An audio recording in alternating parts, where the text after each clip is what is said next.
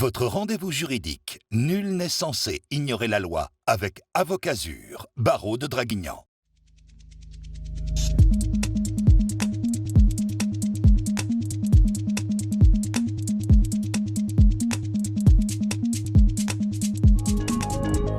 Bonjour à tous, bienvenue dans votre émission consacrée au conseil juridique sur Azur TV. Nul n'est censé ignorer la loi en partenariat avec l'Ordre des avocats du barreau de Draguignan. Toujours depuis cette très belle bibliothèque qui est régie par cet Ordre des avocats.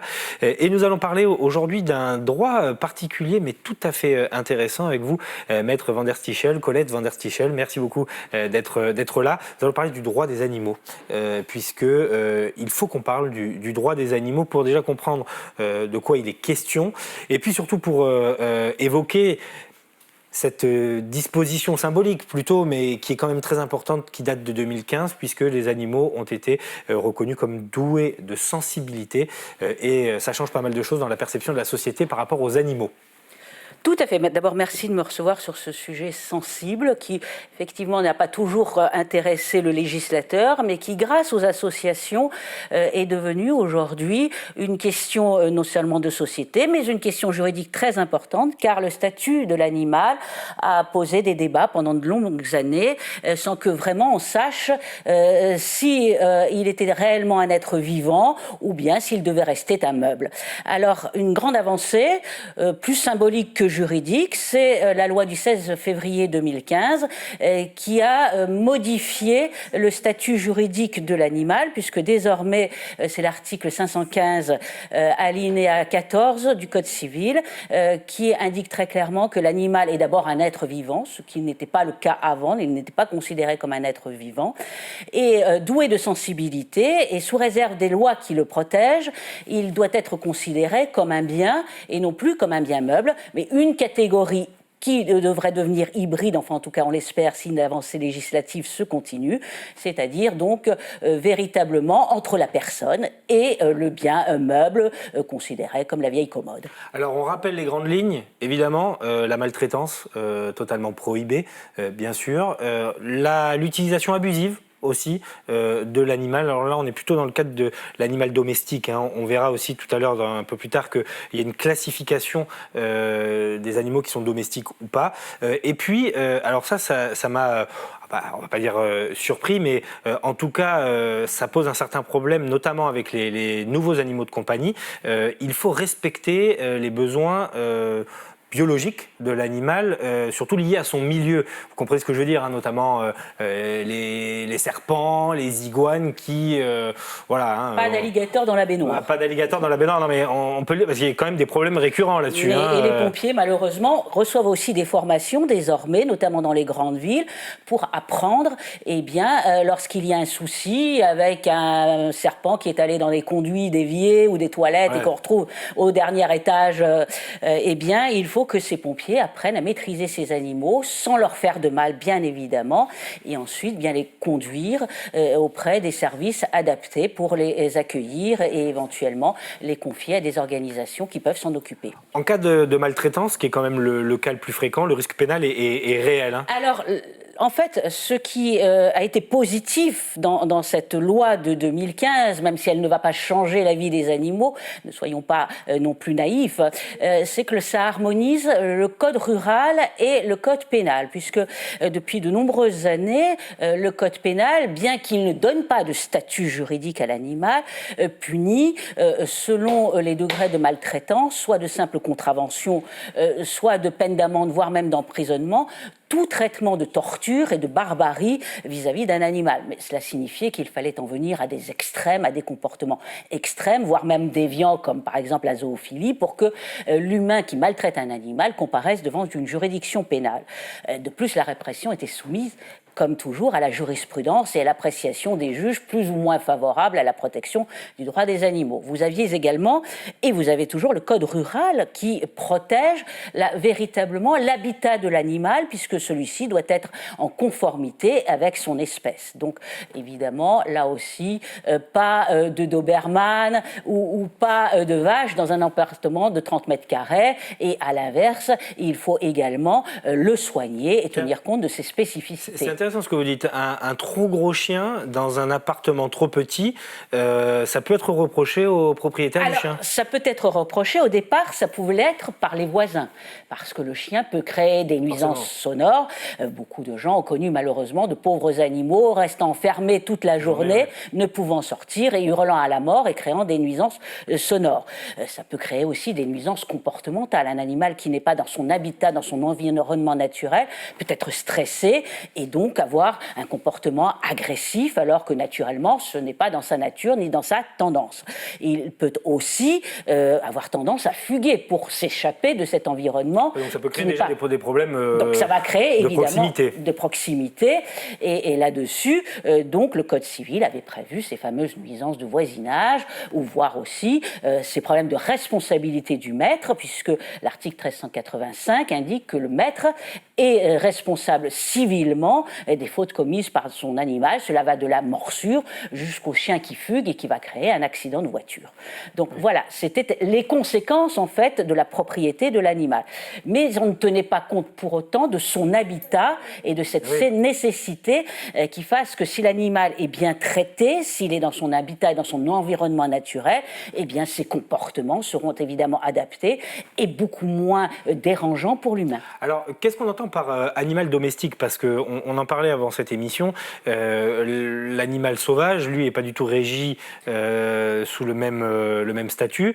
Donc, il y a une liste, c'est ça, d'animaux dits domestiques? Effectivement, il y a une liste, parce que l'animal domestique, en fait, correspond à un type de population qui a été sélectionné pour être domestiqué, donc c'est-à-dire pour être soit utilisé comme le bétail, par exemple. C'est ça, pour donc chien, chat, mais les vaches, par exemple, aussi les vaches, moutons. Bien évidemment, tous ces animaux qui peuvent être soit destinés comme avant au travail de l'homme, le cheval, qui a permis à l'humain, évidemment, de traverser des centaines de kilomètres, et ça peut être le bon toutou, le bon chien-chien. Donc cette liste, elle date de 2006, et je dirais, à contrario, ces animaux qui ne sont pas compris dans cette liste sont considérés comme des animaux sauvages.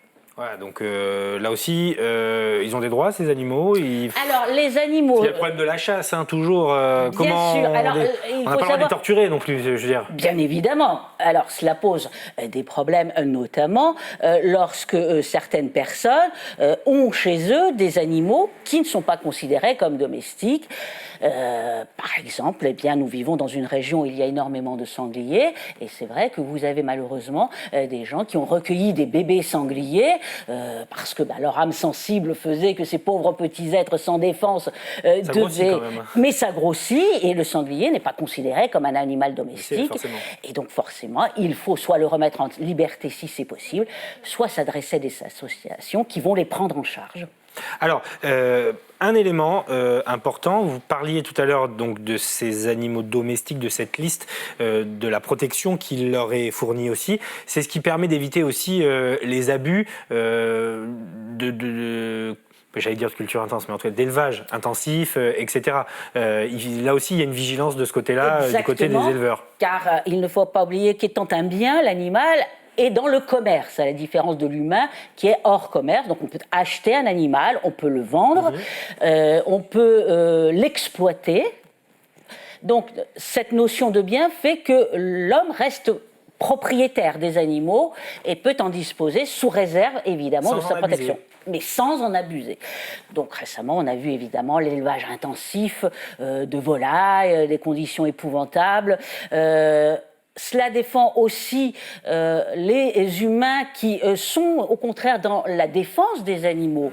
Par exemple, vous avez des élevages de chiens, des élevages d'animaux qui sont parfaitement en conformité avec la législation et où les animaux sont parfaitement bien traités, et ça permet une appréhension de cela, et surtout de pouvoir mettre en garde les gens contre des élevages illégaux de chiens, par exemple, et des gens qui se sont retrouvés en achetant des des animaux, notamment des chiens, mordeurs, caractériels, parce que la provenance des parents n'était pas suffisamment contrôlée. Justement, si on vous vend un chien, un chat, un hamster, ce que vous voulez, malade, qu'on ne vous a pas prévenu, ou...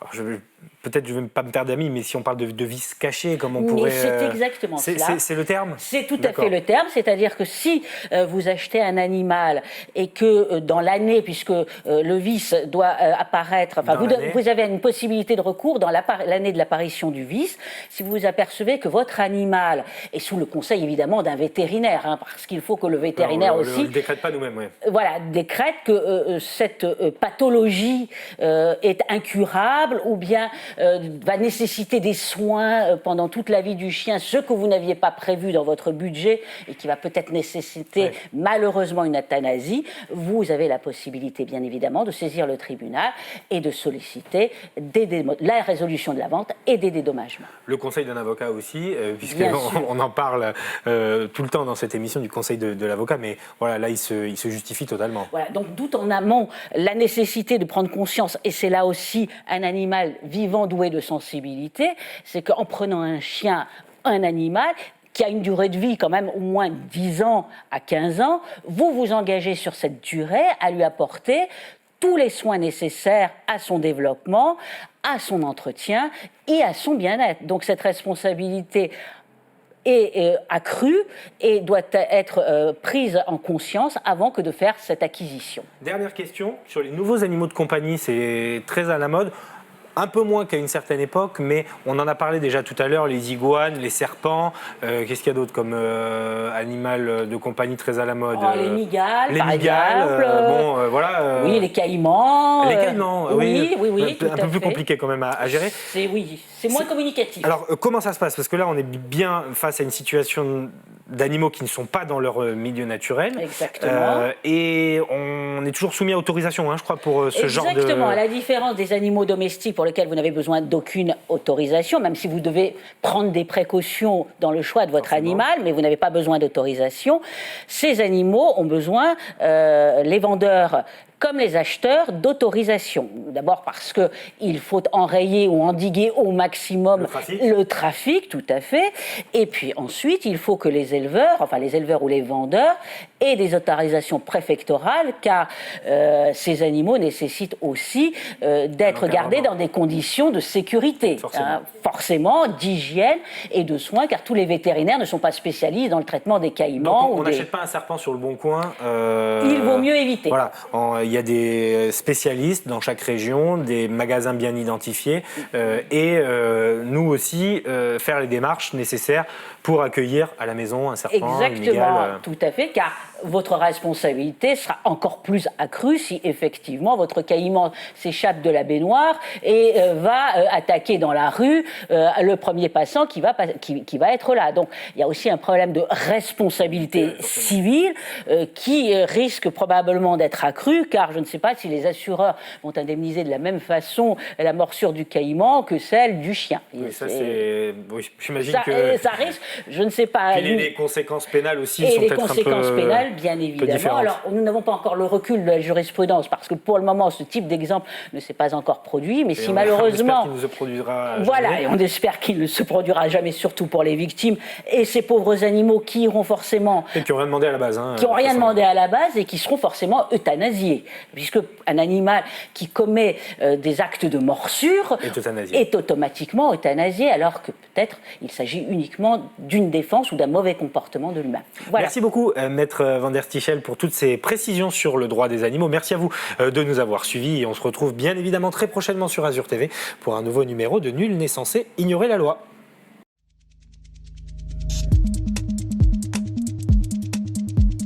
Avocazur, barreau de Draguignan, vous a présenté votre émission juridique Nul n'est censé ignorer la loi.